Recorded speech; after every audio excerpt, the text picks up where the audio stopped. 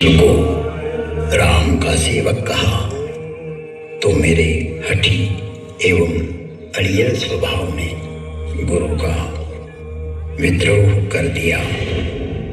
मेरे गुरु ने मुझे सत्य का मार्ग बतलाया, पर मुझे उनकी बातें अच्छी नहीं लगी, क्योंकि मैं मेरा मत उन पर प्रतिष्ठित करना चाहता था।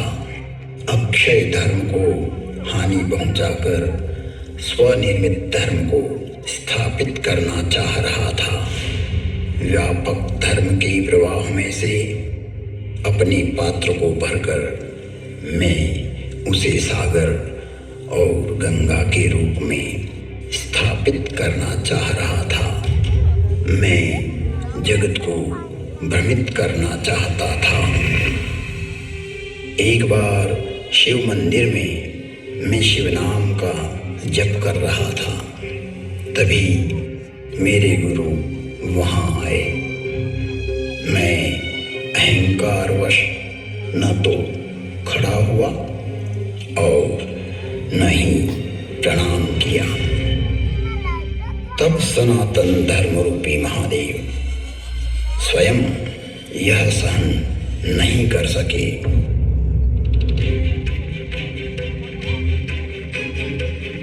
और नीलकंठ के कंठ में से हलाहल जहर उगलती हुई शापित वाणी की गर्जना हुई।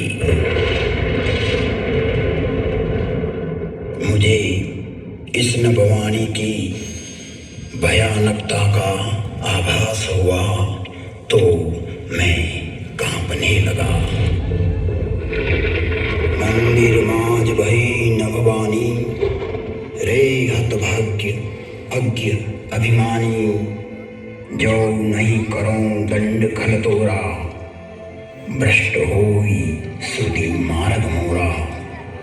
भले ही तुमने मेरी आराधना की हो, मेरी ही सेवा में तुमने अपना जीवन दिया हो, किंतु तुम इस संसार में सनातन धर्म को तोड़ना चाहते हो, विभक्त करना चाहते हो, अपना एक पंथ पैदा कर जगत में झूठ को स्थापित करना चाहते हो।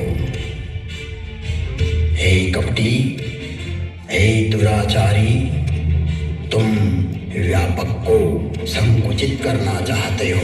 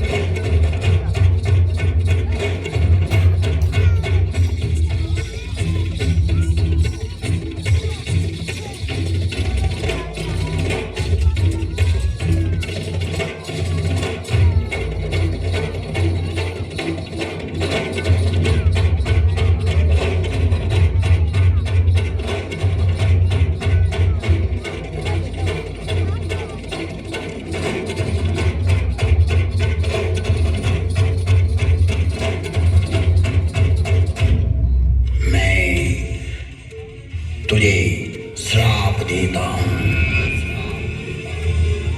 जा तू अजगर बन जा, तू निष्क्रिय हो जा।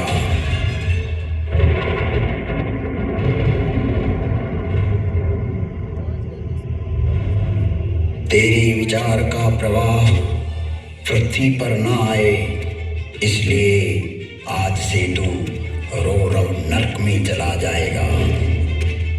जब तक पृथ्वी है, पृथ्वी पर्यंत तो अजगर की योनि में पड़ा रहेगा,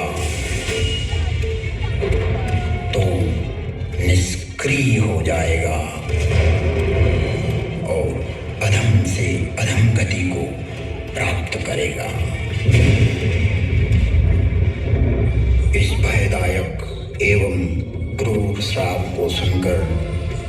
मेरे गुरु आर्तभाव से पुकार करने लगे। हे विश्वव्यापक, हे त्रिभुवन गुरु, आप इस पर क्रोध ना करो। आप तो करुणावतार हो। आप शांत होइए प्रभु। आप तो स्वयं सनातन धर्म हो, व्यापकता को जानने वाले हो। मेरे गुरु शिव से विनय करने लगे।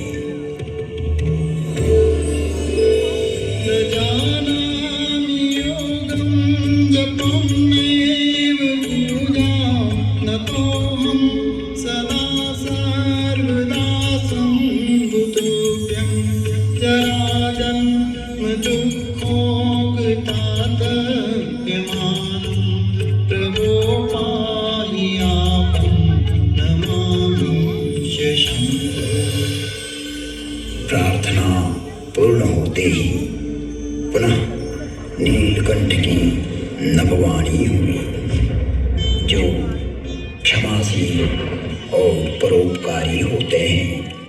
ऐसे सनातन मार्गी मुझे राम की तरह प्रिय होते हैं।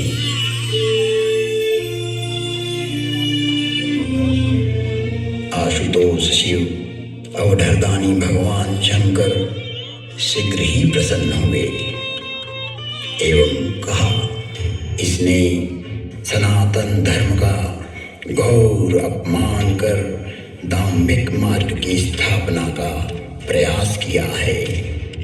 इसने जगत में असत्य को स्थापित करने की चेष्टा की है।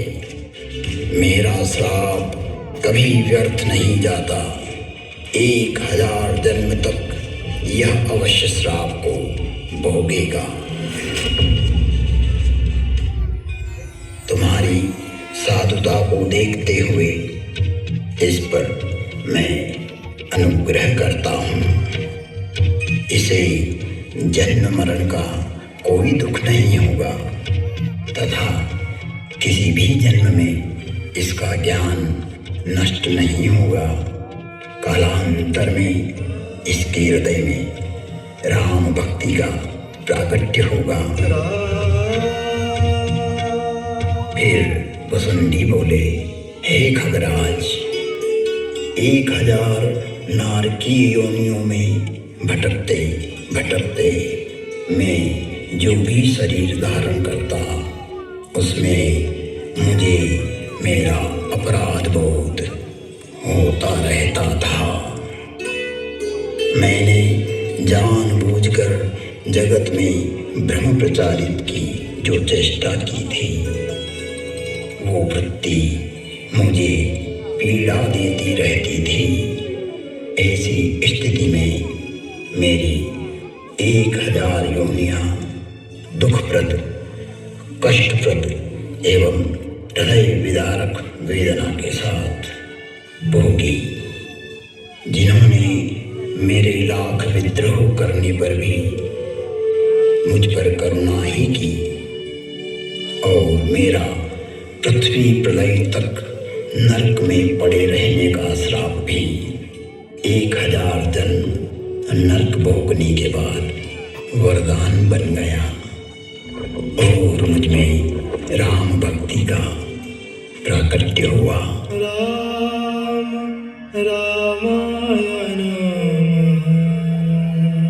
वंदे बोधमयं नित्यं गुरुं शंकर रूपिणं यमाश्रितो हि वक्रोऽपि चंद्र सर्वत्र वंद्यते।